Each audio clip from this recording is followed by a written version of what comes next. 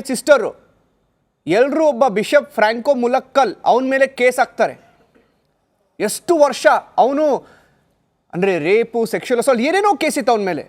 ಕೊನೆಗೇನಾಗಿ ಗೊತ್ತಾ, ಆ ಸಿಸ್ಟರ್ ಮೇಲೆ ಕೇಸ್ ಹಾಕಿ ಆ ಸಿಸ್ಟರ್ನ ಪಾಪ ಅವರು ಅಲ್ಲಿ ಪೂರ್ತಿ ಮಿಷನರಿಯಿಂದನೇ ತೆಗೆದಾಕ್ಬಿಟ್ರು ಅವ್ರನ್ನ. ನನಗೇನು ಭಯ ಅಂದರೆ ನಿಮ್ಮ ಮೇಲೆ ಎಫ್ ಐ ಆರ್ ಆಗ್ಬಾರ್ದು ನಾಳೆ. ಅಲ್ಲ, ನಾನು ಬೇಕಾದ್ರೆ ಅಡ್ವೊಕೇಟ್ ಆಗ್ತೀನಿ ಅವ್ರಿಗೆ ಕ್ವಾಶಿಂಗಿಗೆ, ನಾನು ಅದಕ್ಕೆ ಆಶ್ವಾಸನೆ ಕೊಡ್ತೀನಿ ಅವ್ರಿಗೆ. ರಾಜಗೌಡ ಏನು ಹೇಳ್ತಿದ್ರು? ಇಲ್ಲ, ಅಲ್ಲಿಂದ ಆಚೆಗೆ ನನಗೆ ನಿಜವಾಗ್ಲೂ ಕರಾವಳಿ ಮೂಲದ ಬಗ್ಗೆ ಒಂದು ಒಳ್ಳೆ ಗೌರವ ಇದೆ. ಯಾಕೆ ಅಂತ ಗೊತ್ತಾ, ಕರಾವಳಿಲಿ ನೀವು ಎಲ್ಲ ಈ ಭಾರತ ದೇಶದಲ್ಲಿರೋ ಅಷ್ಟೂ ಧರ್ಮಗಳ ಸಮ್ಮಿಳಿತನ ನಾವು ಕರಾವಳಿಲಿ ನೋಡ್ತೀವಿ. ಕರಾವಳಿಲಿ ದೈವದ ಕೋಲ ಆರಾಧನೆಗಳು ಮಾಡ್ತಾರೆ, ಮುಸ್ಲಿಂ ದೈವಗಳು ಕೂಡ ಇದಾವಲ್ಲಿ.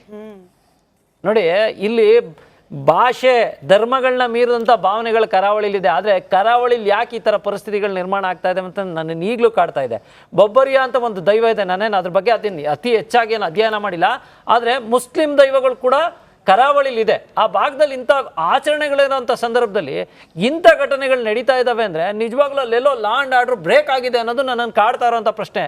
ಸರ್ಕಾರ ಈ ವಿಚಾರವಾಗಿ ಅತಿ ಹೆಚ್ಚು ಗಮನ ಹರಿಸ್ಬೇಕು. ಯಾಕೆಂದರೆ ಮಂಗಳೂರು ಜನ, ಆ ಕರಾವಳಿ ಭಾಗದ ಜನದ ಮನಸ್ಥಿತಿನೇ ನಿಜವಾಗ್ಲೂ ಶಾಂತ ಮನಸ್ಥಿತಿ. ಆ ಶಾಂತ ಮನಸ್ಥಿತಿಲೂ ಕದಡೋ ಅಂಥ ಒಂದು ಪ್ರಯತ್ನಗಳಾಗ್ತಾ ಇದೆ ಅಂದರೆ ಬಹುಶಃ ಏನಾಗ್ತಾ ಇದೆ ಅನ್ನೋದನ್ನ ಸಂಪೂರ್ಣ ಆಳವಾಗಿ ಇಳಿದು ಒಂದು ತನಿಖೆ ಆದ್ರೇ ಎಲ್ಲ ಒಂದು ಬದಲಾವಣೆ ತರಲಿಕ್ಕೆ ಸಾಧ್ಯ. ಅವ್ರು ಹೇಳಿದ್ರು ಮಿಷನರಿಗಳಲ್ಲಿ ಸಾಕಷ್ಟು ಈ ಥರ ಚರ್ಚೆಗಳು ಬೇರೆ ಹೊರಗಡೆಯಿಂದ ಬಂದಂಥ ಧರ್ಮಗಳು, ನೋಡಿ ಅವರು ಮೂಲತಃ ಕ್ರಿಶ್ಚಿಯನ್ ಧರ್ಮದವರು ಅಂತ ಅನ್ಕೊತೀನಿ, ಆದರೂ ಕೂಡ ಅದನ್ನು ಮೀರಿ ಮಾನವತಾವಾದದ ಬಗ್ಗೆ ಮಾತಾಡ್ತಾ ಇದ್ದಾರೆ ಅಂದರೆ ನಿಜವಾಗ್ಲೂ ಅವ್ರನ್ನ ನಾನು ದೊಡ್ಡ ಮಟ್ಟದಲ್ಲಿ ಗೌರವಿಸಬೇಕು. ಮತ್ತು ಈ ನಾಡಿನ ಆಸ್ತಿ ಇಂಥವ್ರು ಯಾವುದೇ ಆದರೂ ಅಷ್ಟೇ ಭಾವನೆಗಳನ್ನ ಕೆರಳಿಸ್ತಲೇ ಬದುಕನ್ನು ಸುಂದರವಾಗಿ ಕಟ್ಕೊಂಡು ಕಡೆ ಜನ ಚಿಂತನೆ ನಡೆಸೋ ರೀತಿ ಮಾತಾಡ್ತಾರಲ್ಲ, ನಿಜವಾಗ್ಲೂ ಅವ್ರನ್ನ ಗೌರವಿಸಬೇಕು.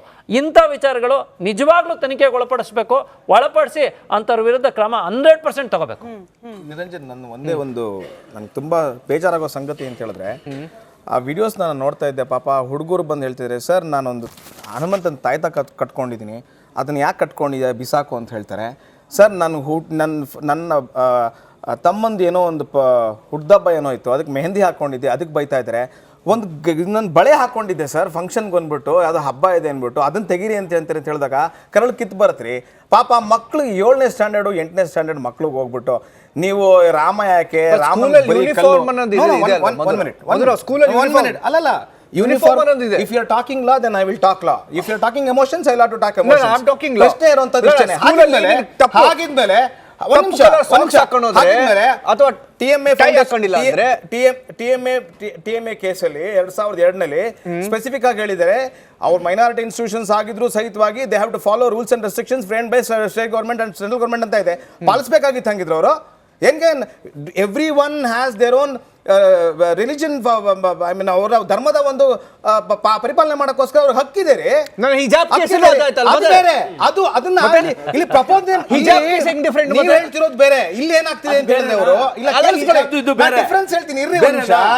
ಇಲ್ಲಿ ಏನಾಗ್ತಿದೆ ಅಂತ ಹೇಳಿದ್ರೆ ಅವರು ಮತಾಂತರ ಆಗಿ ಇದು ತಪ್ಪು ಅಂತ ಹೇಳ್ತಾ ಇದಾರೆ. ಹಿಜಾಬ್ ಅಲ್ಲಿ ಆತರ ಇರ್ಲಿಲ್ಲ, ದಯವಿಟ್ಟು ಅರ್ಥ ಮಾಡ್ಕೊಳ್ಳಿ. ಅದ್ರ ಬಗ್ಗೆ ಇಷ್ಟು ಜನ ಹೇಳಿರ್ಬೇಕಾದ್ರು ಅಂದ್ರೂ ಕೂಡ ಸರ್ಕಾರ ಏನು ಕ್ರಮ ತಗೊಂಡಿಲ್ಲ ಅಂತ ಹೇಳಿದ್ರೆ ಇದ್ರ ಬಗ್ಗೆ ನಾವು ಪ್ರಶ್ನೆ ಮಾಡ್ತಾ ಇರುವಂತದ್ದು. ಇದನ್ನೇ ಪ್ರಶ್ನೆ, ಇದ್ರ ಬಗ್ಗೆ ಸರ್ಕಾರ ಒಂಚೂರು ಮಾತಾಡ್ತಿಲ್ಲ. ಕಾಂಗ್ರೆಸ್ ಪಕ್ಷದವರು ಮಾತಾಡೋರು ಐವಾನ್ ಡಿಸೋಜ್ ಅವರು ಅವ್ರು ಏನ್ ಹೇಳಿದಾರೆ ಗೊತ್ತಾ, ಎಲ್ಲರೂ ಒಂಥರ ಬಿಜೆಪಿ ಮೇಲೆ ಹರಿಹಾಯ್ತಾ ಇದ್ದಾರೆ. ಅಲ್ಲ ರೀ, ಅಲ್ಲಿ ಏನಾಗಿದೆ, ಆಕ್ಷನ್ ಏನಾಗಿದೆ, ಅದ್ರ ಮೇಲೆ ನೀವು ಕ್ರಮ ತಗೊಳ್ತೀರಾ, ರಿಯಾಕ್ಷನ್ ಮೇಲೆ ನೀವು ಕ್ರಮ ತಗೊಳ್ಳಿ ಅಂತ ಹೇಳಬೇಕಾದಾಗ ಎಷ್ಟು ಸಮಂಜಸ ಅನ್ನೋದು ನೋಡಿ. ಬಾಲಿಶವಾಗಿದೆ ಅದು. ನೋಡಿ, ಅಲ್ಲಿ ಆಗಿರ್ತಕ್ಕಂಥದ್ದು ತರಗತಿಯ ಒಳಗಡೆ ಆಗಿರ್ತಕ್ಕಂಥದ್ದು ಒಂದು ವಿಚಾರಣಾ ಸಮಿತಿಯನ್ನು ಅಥವಾ ಏನಾದ್ರು ಉನ್ನತ ಮಟ್ಟದ ತನಿಖಾ ಇದನ್ನು ತರಿಸಿ ವಿದ್ಯಾರ್ಥಿಗಳು ಮತ್ತೆ ಶಾಲೆಯ ಮ್ಯಾನೇಜ್ಮೆಂಟ್ ಅನ್ನ ಕೂರಿಸಿ ಅದನ್ನ ಮಾಡ್ಬೋದು. ಇವ್ರು ಹೇಳ್ದಂಗೆ ತಾಯ್ತಾ ತೆಗ್ದಾಕು, ಇದನ್ನ ತೆಗ್ದಾಕು ಏನಾದ್ರು ಹೇಳಿದ್ರು ನಮ್ಮ ಹಿಂದೂಗಳ ಭಾವನೆಗೆ ಧಕ್ಕೆ ಆಗಿದೆ ಅಂತ ಆದ್ರೂ ಅದಕ್ಕೆ ಅಂತಕ್ಕಂಥ ಒಂದು ಕ್ರಮ ಇದೆ. ಆ ಕ್ರಮವನ್ನ ಜರುಗಿಸಿ ಮಾಡ್ತಕ್ಕಂಥದ್ದು ಅಂದ್ರೆ ಇದು ಒಂದು ಕೊಠಡಿ, ಒಂದು ಸೂಕ್ಷ್ಮವಾದ ವಿಚಾರ ಅಲ್ಲ ಕೇಳಿ, ಒಂದು ಸೂಕ್ಷ್ಮವಾದ ವಿಚಾರ. ಆ ಟೀಚರ್ಗೆ ಒಳಪಡಿಸಿ ಮಾಡಿ. ಆದರೆ ಶಾಸಕರು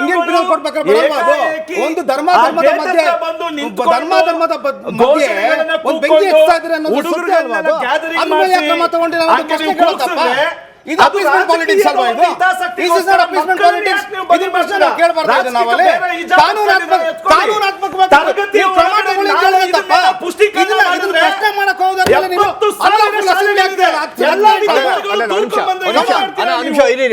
ನೋಡಿ ತರಗತಿಯ ಒಳಗಡೆ ಸತೀಶ್ ಅವರೇ, ಬರ್ತಕ್ಕಂಥ ಈ ರೀತಿ ಡೌಟ್ಗಳಿಗೆ ಡಾಕ್ಟರ್ ಸತೀಶ್, ಡಾಕ್ಟರ್ ಸತೀಶ್ ಮಧು ಮಧು ಒಂದು ನಿಮಿಷ ಅಲ್ಲ ಕೇಳಿ ಕೇಳಿ ಅಲ್ಲ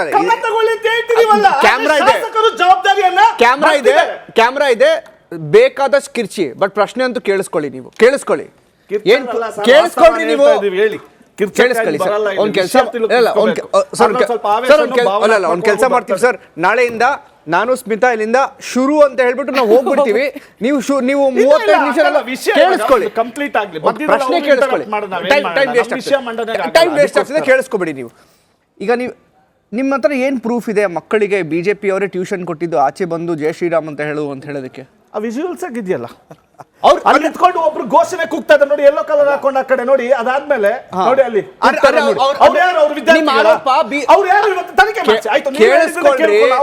ಕೇಳಿಸ್ಕೊಳ್ಳಿ ನೀವ್ ಹೇಳೋದು ಬಿಜೆಪಿ ಅವ್ರು ಹೋಗಿ ಅವ್ರನ್ನ ಕ್ಲಾಸ್ ಇಂದ ಹೊರಗೆ ಕರ್ಕೊಂಡ್ಬಂದು ಜೈ ಶ್ರೀರಾಮ್ ಅಂತ ಕಿರ್ಚು ಅಂತ ಹೇಳಿದ್ರು ನೋಡಿ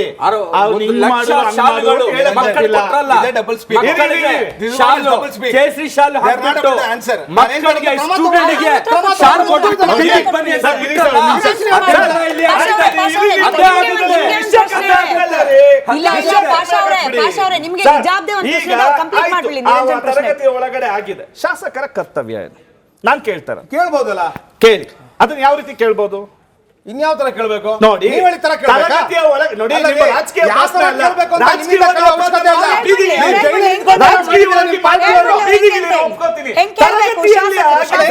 ನೋಡಿ ಒಬ್ಬ ಗೌರವಯುತ ಶಾಸಕನಾಗಿ ಅವರು ಪ್ರಮಾಣ ವಚನ ತಗೊಂಡಿರೋದು ಏನ್ ಗೊತ್ತಾ ನಿಮ್ಗೆ ಸಂವಿಧಾನಬದ್ಧವಾಗಿ ದೇಶದ ಸಮಗ್ರತೆ ಪ್ರಜಾಪ್ರಭುತ್ವವನ್ನ ನಾನು ಕಾಪಾಡುತ್ತೇನೆ ಅಲ್ವಾ ಅಂತ ಒಬ್ಬ ವ್ಯಕ್ತಿ ಬಂದು ಇದೊಂದು ಸೂಕ್ಷ್ಮ ವಿಚಾರ ಅದು ನೋಡಿ ನೀವು ಎಲೆಕ್ಷನ್ ಬಂದು ಶಾಸಕರಾಗಿ ಆಯ್ಕೆ ಮುಂಚೆ ನಿಮ್ಮ ಸಿದ್ಧಾಂತ ಜನಪ್ರತಿನಿಧಿ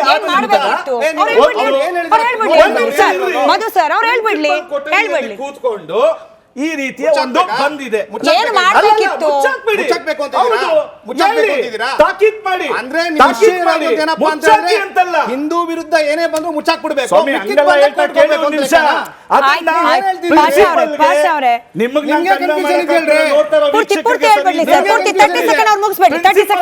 ಮಾತಾಡಿ ಇದು ದೂರ್ ಕೊಟ್ಟು ಮಕ್ಕಳು ಈ ರೀತಿ ತಗೊಂಡ್ ಬರ್ತಾ ಇದ್ದಾರೆ ವಿಚಾರಗಳು ಈ ರೀತಿ ಅದನ್ನ ಮುಗಿಸ್ಬೇಕಾಗಿತ್ತು ಅದನ್ನ ಬಿಟ್ಟು ನೀವು ಗೇಟ್ ಹತ್ರ ನಿಂತ್ಕೊಂಡು ಇದು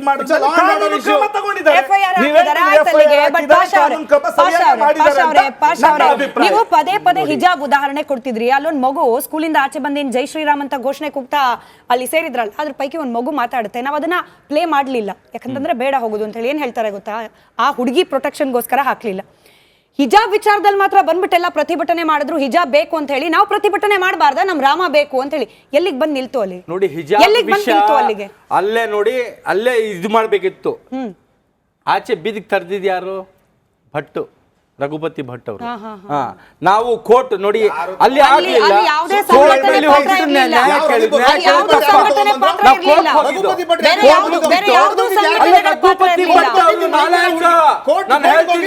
ಅವ್ರು ಮಾಡಿದ ಕೆಲ್ಸಕ್ಕೆ ಏನಾಗಿದೆ ಗೊತ್ತಾ ನಮ್ಮ ಮಕ್ಕಳ ಭವಿಷ್ಯ ಹಾಳಾಗಿದೆ ನಮ್ಮ ಕುಟುಂಬದಲ್ಲಿ ಮಕ್ಕಳು ಕಾಲೇಜ್ ಹೋಗ್ಲಿಲ್ಲ ಅವ್ರು ಮಾಡಿದ ಕೆಲ್ಸಕ್ಕೆ ಅದೇ ಕೆಲ್ಸ ಇವ್ ಭಟ್ಟನು ಮಾಡ್ತಾನೆ ಈಗ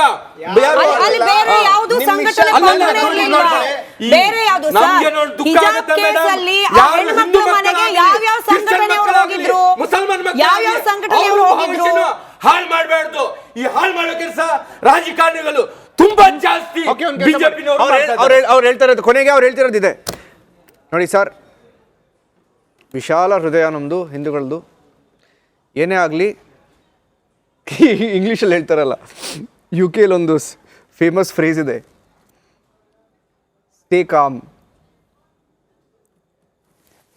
stay cool Niranjan stay calm stay cool Niranjan B com Niranjan ಇವಾಗ ಇಶ್ಯೂ ಇರೋದು ಇಷ್ಟೇನೆ ಇದನ್ನ ಒಂದು ಕಾನೂನಾತ್ಮಕವಾಗಿ ತಗೊಂಡು ಸರ್ಕಾರ ಅವ್ರ ಮೇಲೆ ಕ್ರಮ ತಗೊಂಡಿದ್ದಿದ್ರೆ ಇದಕ್ಕೆ ಇತಿಶ್ರೀ ಹಾಕ್ಬೋದಾಗಿತ್ತು.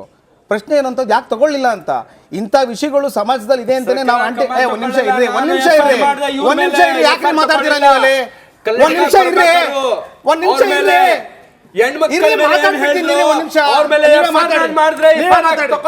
ನೀವೇ ಮಾತಾಡಿ. ನಾನು ಹೇಳ್ತಾ ಇರೋದು ಇಷ್ಟೇನೆ, ಪೊಲೀಸ್ನವರು ಅಥವಾ ಸರ್ಕಾರ ಇವತ್ತೊಂದು ಕ್ರಮ ತಗೊಂಡಿದ್ದಿದ್ರೆ ಇದಕ್ಕೆ ಇದಿಶ್ರೀ ಹಾಕ್ಬೋದಾಗಿತ್ತಲ್ಲ. ಇಷ್ಟೆಲ್ಲ ರಂಪ ನಡೆಯೋ ಅವಶ್ಯಕತೆನೇ ಇರ್ತಿರ್ಲಿಲ್ಲ. ಇದಕ್ಕೋಸ್ಕರನೇ ಸಮಾಜದಲ್ಲಿ ಈ ತರ ನಡೀತಾ ಇದೆ ಅಂತಾನೆ ನಾವು ಆಂಟಿ ಕನ್ವರ್ಷನ್ ಬಿಲ್ ಪಾಸ್ ಮಾಡಿದ್ವಿ.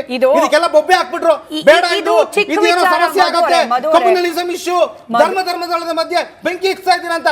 ಇವತ್ತು ಆತರ ಆಗ್ಬೇಕಾದಾಗ ಸಿದ್ದರಾಮಯ್ಯ ಕಾಂಗ್ರೆಸ್ ಅವರು ಇದಿಶ್ರೀ ಆಗ್ಲಿ, ಒಂದು FIR ಫೈಲ್ ಮಾಡ್ಲಿ, ಸಮಾಜಕ್ಕೆ ಸಂದೇಶ ಕಳಿಸಿ.